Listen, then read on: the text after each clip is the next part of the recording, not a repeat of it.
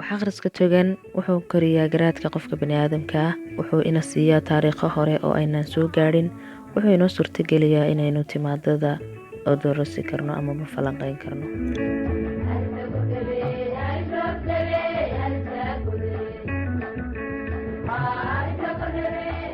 Qofka wax akhriyaa wuxuu noolaadaa kun nololood ka hor inta aanu dhimanin, balse qofkaan waxba akhriyayni wuxuu noolaadaa hal nolol oo keliya.